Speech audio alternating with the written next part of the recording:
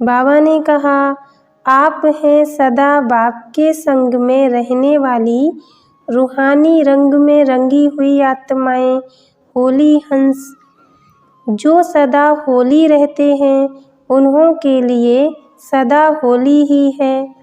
तो सदा बाप के स्नेह, सहयोग और सर्व शक्तियों के रंग में बाप समान रहने वाली आत्माएं सदा काल की होली मनाते हो व अल्पकाल की। सदा होली मनाने वाले सदा बाप के साथ मिलन मनाते रहते हैं। सदा अतीन्द्रिय सुख में व अविनाशी खुशी में झूमते और झूलते रहते हैं। ऐसे ही स्थिति में स्थित रहने वाले होली हंस हो। लोग अपने को उत्साह में लाने के लिए हर उत्सव का इंतजार करते हैं, क्योंकि उत्सव उनमें अल्पकाल का उत्साह लाता है। लेकिन आप श्रेष्ठ आत्माओं के लिए हर दिन तो क्या, हर सेकंड उत्सव अर्थात उत्साह दिलाने वाला है। अविनाशी अर्थात निरंतर उत्सव ही उत्सव है, क्योंकि आपके उत्सव में अंतर नहीं आता है तो निरंतर हो गया ना। तो होली मनाने के लिए आए हो व होली बनकर होलीएस्ट व स्वीटेस्ट बाप से मिलन मनाने आए हो व अपने सदा संग में रहने के रंग का रूहानी रूप दिखाने आए हो। होली में अल्पकाल की मस्ती में मस्त हो जाते हैं, तो क्या अपने अविनाशी ईश्वरीय मस्ती का स्वरूप अनुभव करते हो।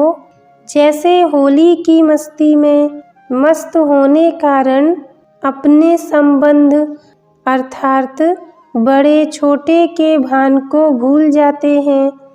आपस में एक समान समझकर मस्ती में खेलते हैं।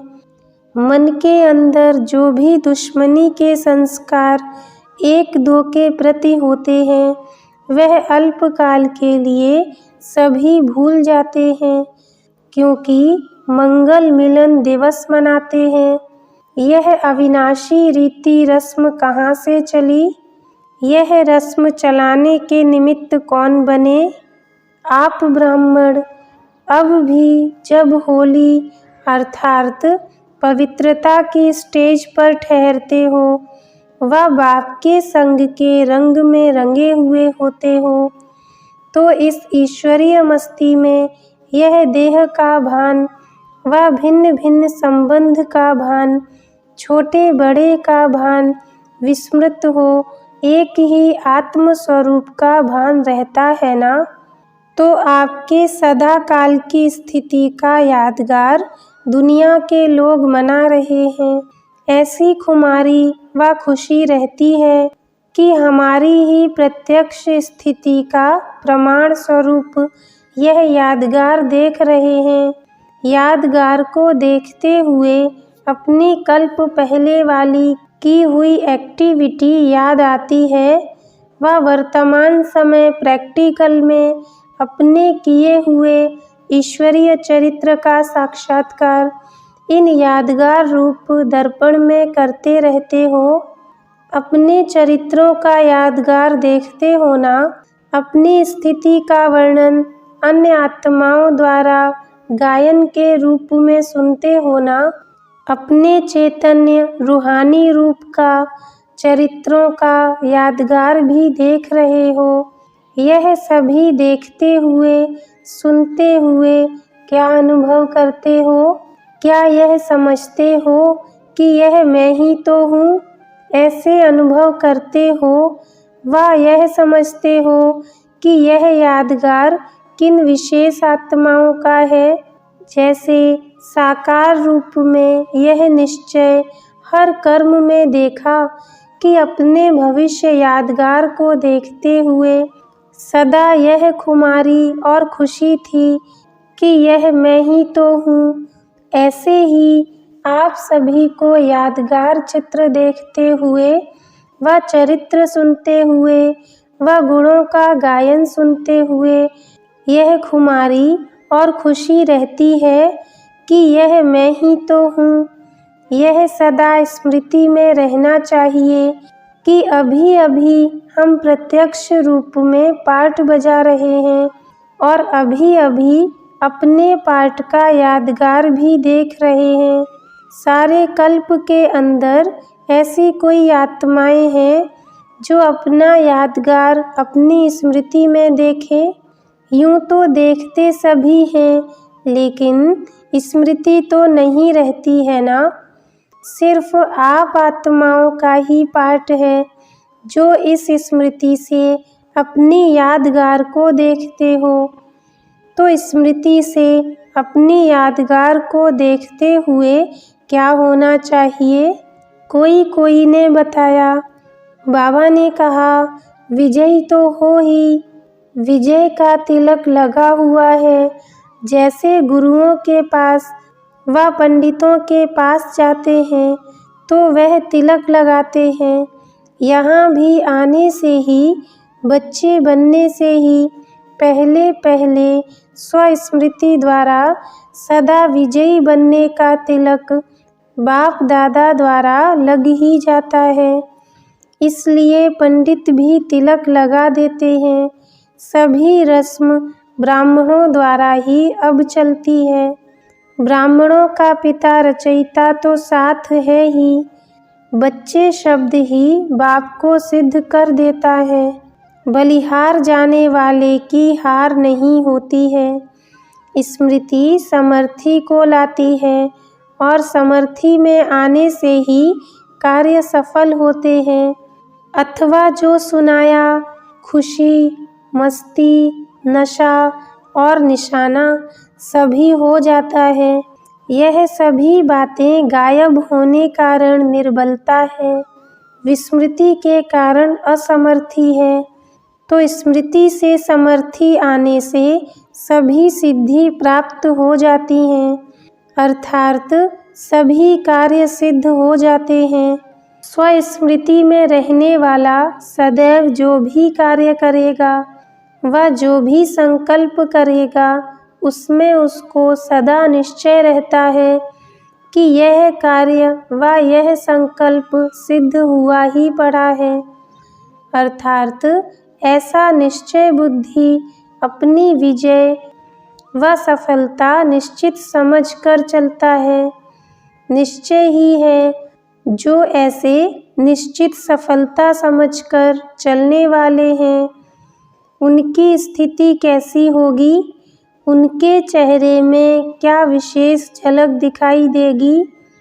निश्चय तो सुनाया कि निश्चय होगा, विजय हमारी निश्चित है, लेकिन उनके चेहरे पर क्या दिखाई देगा?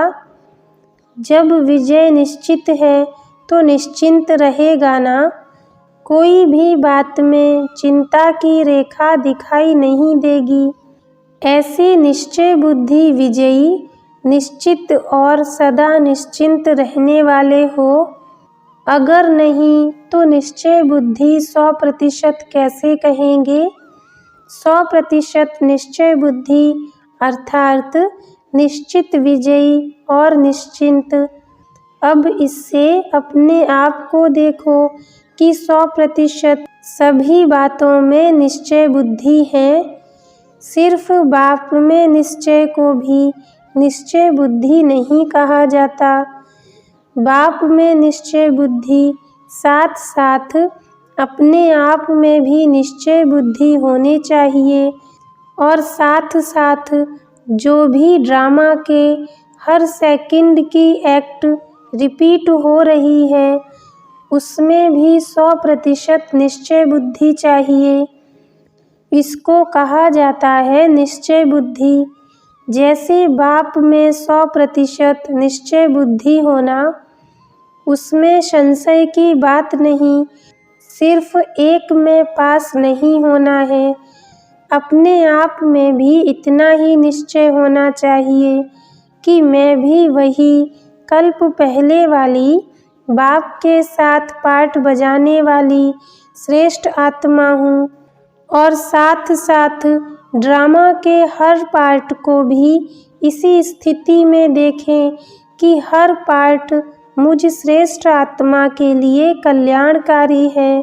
जब यह तीनों प्रकार के निश्चय में सदा पास रहते हैं, ऐसे निश्चय बुद्धि ही मुक्ति और जीवन मुक्ति में बाप के पास रहते हैं। ऐसे निश्चय बुद्धि को कब क्वेश्चन नहीं उठता, क्यों, क्या की भाषा निश्चय बुद्धि की नहीं होती। क्यों के पीछे क्यों लगती है तो क्यों में भक्त ठहरते, ज्ञानी नहीं।